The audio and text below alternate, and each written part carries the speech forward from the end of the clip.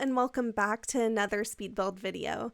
My name's Jess and today I'm building in Glimmerbrook on a 30 by 40 lot, and today's build is a Spellcaster family home. So with Growing Together coming out pretty soon, I think we're 2 days away from the release, and with the infant update that just happened today, I really wanted to do a family home, but when I went to build, I just couldn't bring myself to build just a suburban kind of home.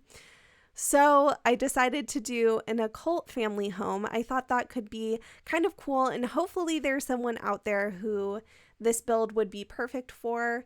That's kind of what I had in mind, that there has to be someone else who's thinking about doing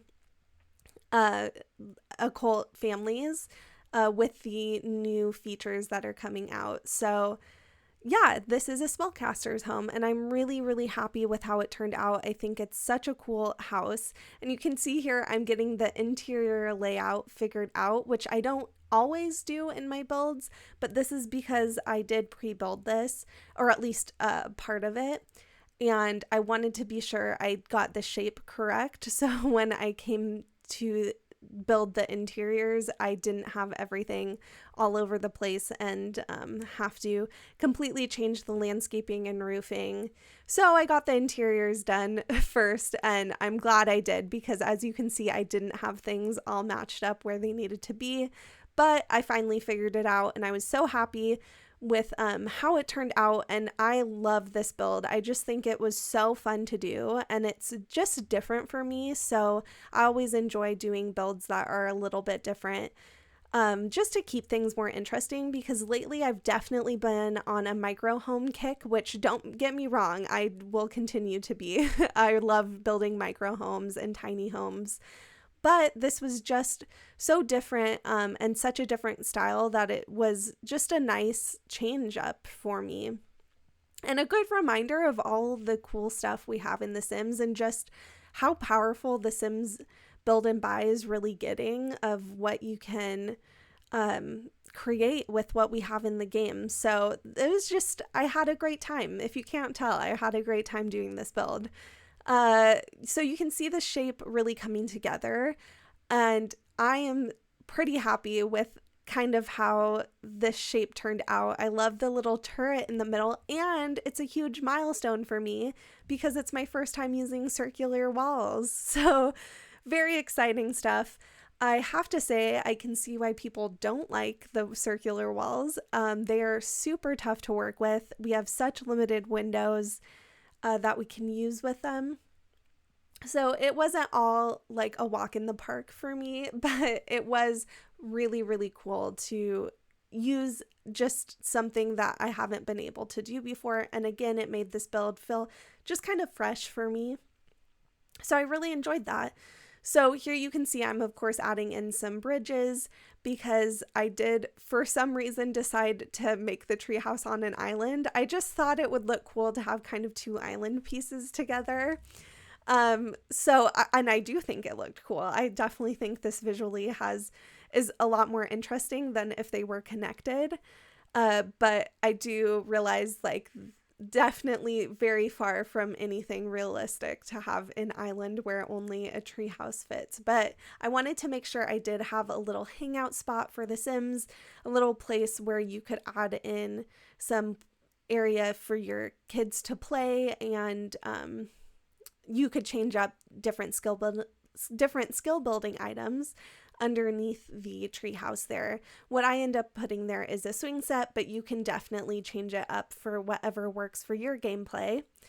But you can see I've definitely made some progress on adding some windows and doors, and I mainly used windows and doors from Realm of Magic and Get Together. I just think Get Together has such great wood swatches that really match well for builds like this. And I, of course, wanted to use Realm of Magic because, hello, they're so beautiful.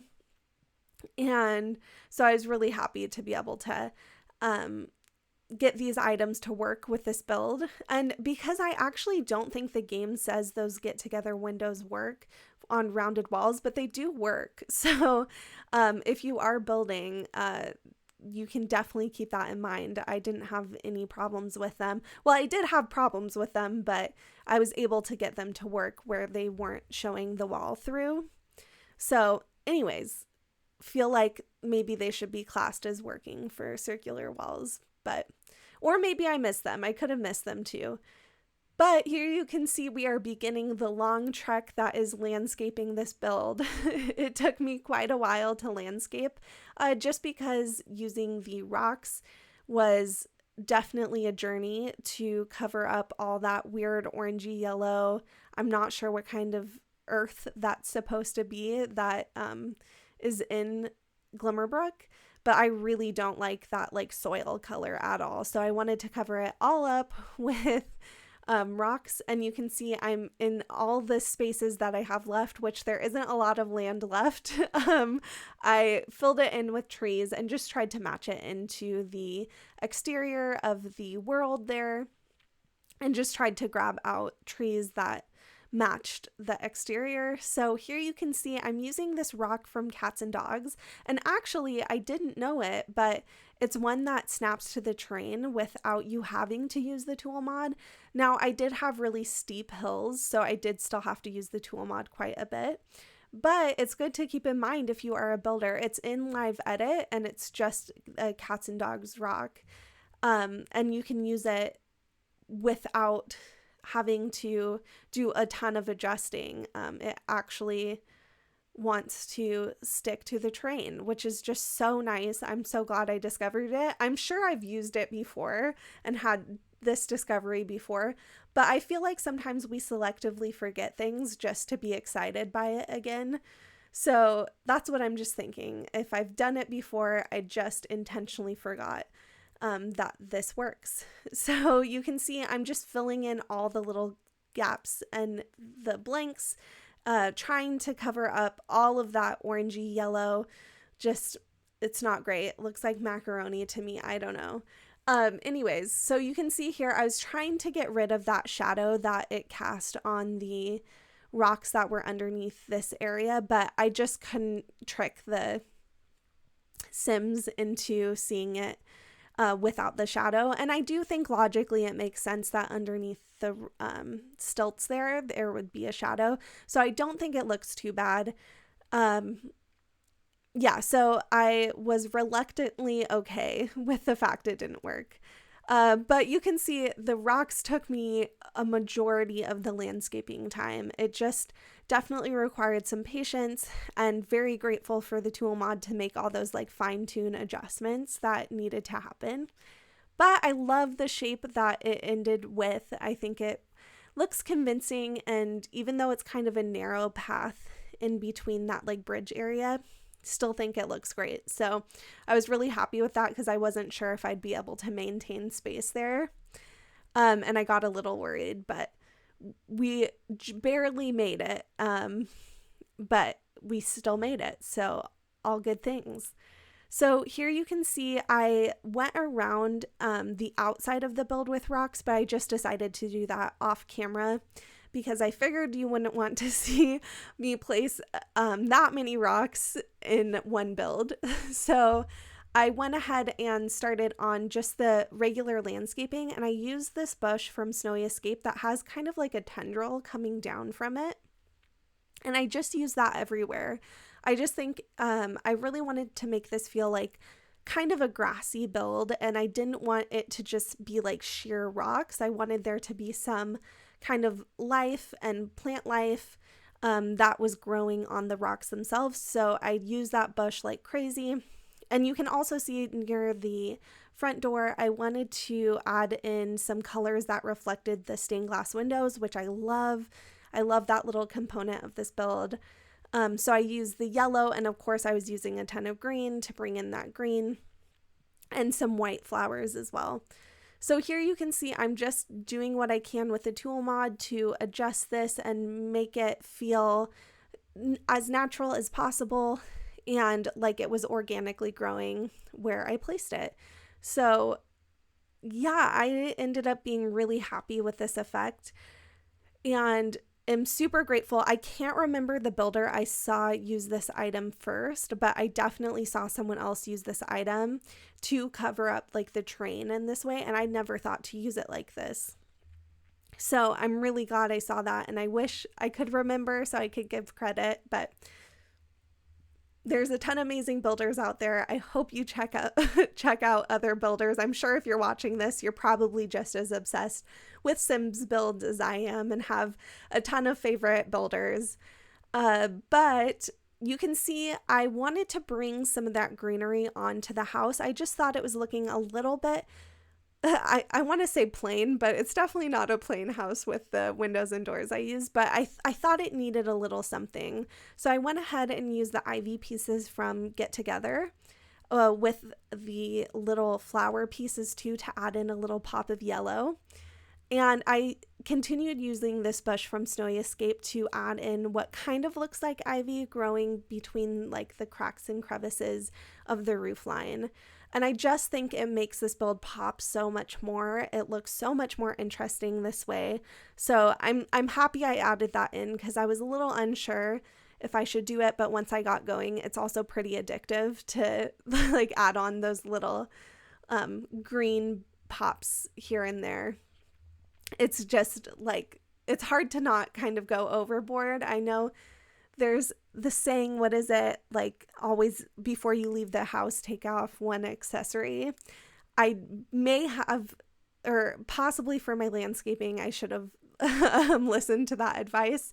But I am happy with how overboard I went because I think it turned out really beautiful.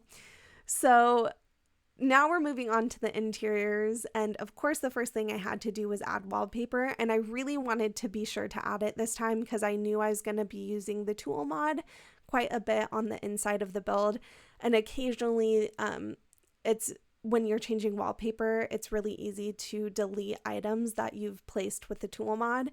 Even though there is deletion protection, you just have to remember to turn it on, and I don't trust myself that much.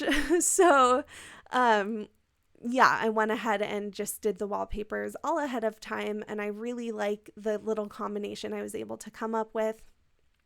This wallpaper, I believe, is from Country Kitchen Kit, and it works so well in this kitchen, which, speaking of the kitchen, this was easily my favorite part of the build, on the inside at least. I just thought it turned out so nice, and obviously you'll see in just a little bit, but what I did first was just grab out a ton of items I thought I could clutter with. I wanted to clutter up this shelf area, as you can see, because I knew on this curved space I wouldn't be able to add in any cabinets, so I thought maybe having a shelf would be kind of cool to fill in the space because it definitely looked pretty empty with nothing there. So what I did first was add in, of course, those paintings from Eco Lifestyle. I love that canvas stack. I use it to death. But I also did a kind of custom book stack using the Realm of Magic books because, of course, I want you to know they're spellcasters who live in this house. And I imagine they'd be brewing potions in here and need their spell books. So I wanted to be sure to add that into these shelves. And then it's just me cluttering up a bunch. So one thing is you can obviously see there is like the pointy edges of the shelves, but once you get all the items on there, it's really difficult to really see those awkward pointy bits. So I was happy with that because originally I was like, oh, I don't know if this is gonna turn out how I want it, but once the clutter is there, that's all you can see and it looks beautiful. So moving on to the counters, I again knew it would be complicated to place these counters in, so I didn't want to have to keep moving them back and forth to clutter them. So what I did was clutter first, and then I added in the counter. So I just used all the items I found, and I'm so happy with how this turned out. It's definitely a very cluttered kitchen. And the one thing that's nice about these cabinets, or at least I think they won't be usable because I had to use, as you can see now, these half pieces to fill in the kind of gaps between the cabinets. But that meant I could clutter to my heart's desire and not have to worry about functionality, which is really nice. just because sometimes, you definitely in the kitchen, you have to have one island open or one counter open. And I don't always have that when I'm doing, well, I guess because lately I've been doing micro home builds. So it's hard to add clutter to the counters because you don't want to stop it from being functional. But in this build, did not have to worry about it. I knew there'd be open island spaces or open counter spaces. And so I just went a little crazy and I love it. But you can see I'm just adding in the last of the cabinets. And for the cabinets, I really wanted it to touch up against the shelf. So I did have to kind of overlap them, but I still think it looks pretty convincing. And I'm, happy with the end result, but I did have to do a little bit of kind of changing things around to get it to look right. But here is when I'm adding in some of my favorite parts, which is the dried flowers. I believe it's from Laundry Day, but I could be wrong. I'm not sure where those flowers are from, but I feel like in a witchy build like this, it's so, so perfect and adds in just so much color and life to what is otherwise a pretty brown kind of build. I guess there is a lot of clutter going on, so there's a lot of color, but we still could use more. We always could use more color. So I did add in that faux little island from Cats and Dogs. I really love using that when I can. And this space, I was so happy I was doing spellcasters because there was this awkward space in the kitchen that I wasn't sure what to do with. And then I was like, wait, a cauldron would fit perfectly here. And be super functional for gameplay, super easy to access. So yeah, really happy with the fact I was able to place that so perfectly there. And I really think it has like its own moment in the kitchen. I think it looks so good there. So pleasantly surprised by that. So we're moving on to the dining room. And I do have to say with the dining room, I don't know if all the chairs will be functional. I might need to do some rearranging in here to make it maximally functional. So I do always try to make a dining room that suits the number of Sims that can live here, but there are so many bedrooms that this even 6 chairs might not be enough for this house. So yeah, that might be one downside of this build. I might end up extending it just so there is definitely enough space, but we'll see. You can download it on the gallery, or things will be functional how I hope they will be, and we won't have to worry about it. I'll definitely find out.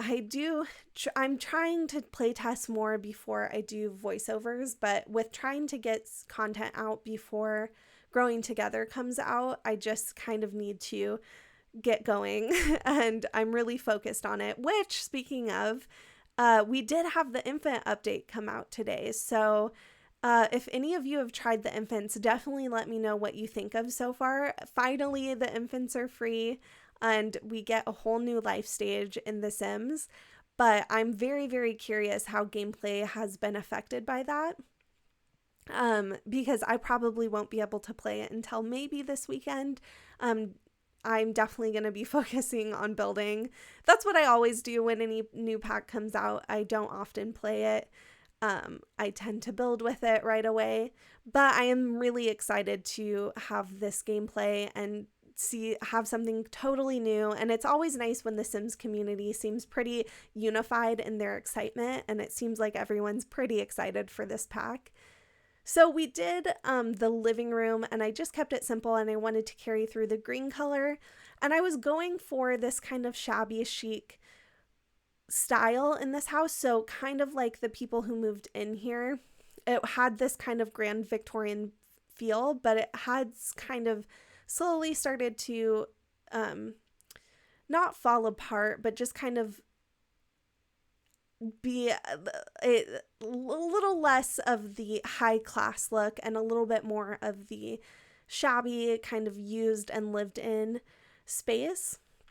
So I went ahead and went with couches that were a little bit more comfortable versus fancy looking. And I really like the combination I came up with. And I really think you get that vibe from this house. Like, it once was a really fancy place, but there is a family who lives here, and it's lived in, and not just like a super elegant house, because that's definitely not what I was going for. I wanted this to feel like a family home, like there was a lot of life in this house, a lot of space for kids to play and grow up in, which, speaking of playing, I did just build the playroom, and there's a little study area as well. I wanted to make sure there was space for gameplay, of course, so I wanted to be sure also that a lot of items that help with skill building for kids were in this build. So I made sure to include the art table and the science table, and I'm happy I was able to do that. So here is the bathroom, and that's one thing that was a little bit of a bummer for me, is I wanted to fit in 4 bedrooms in this house.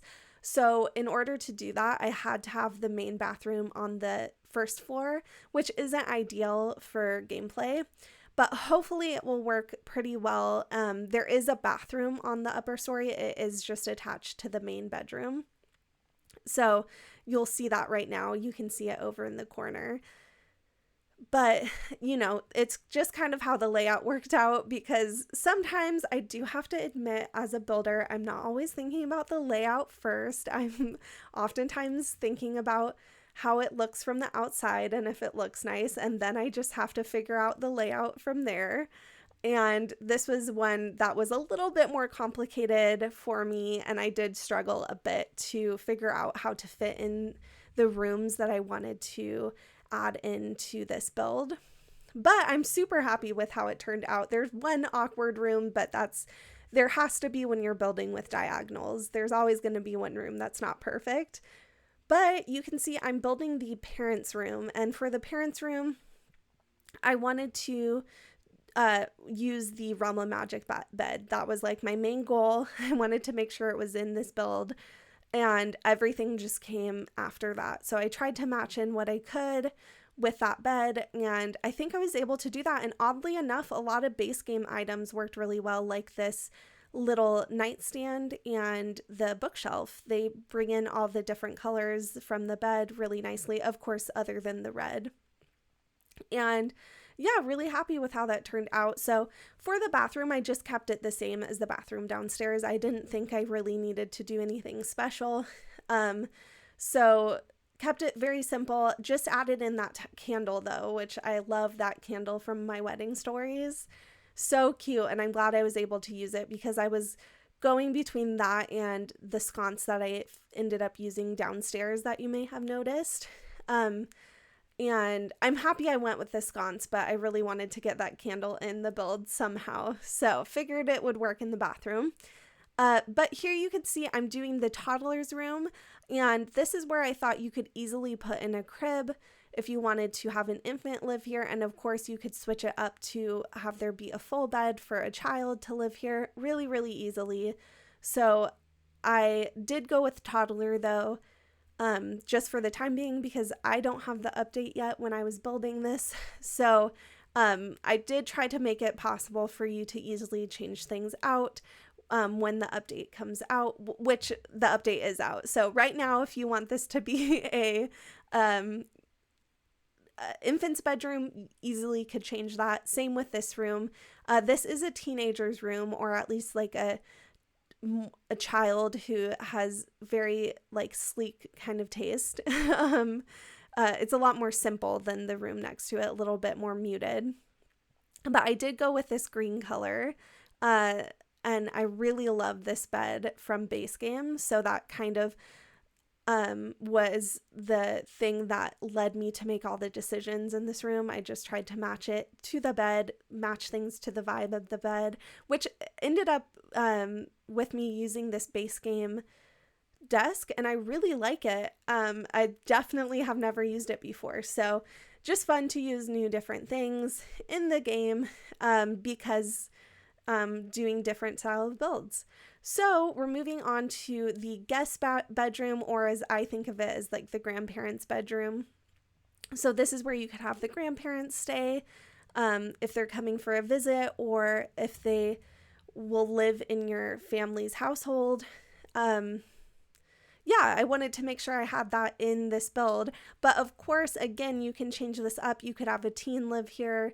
You could have a child live here if you wanted to. It might be a little bit of a boring room for a child.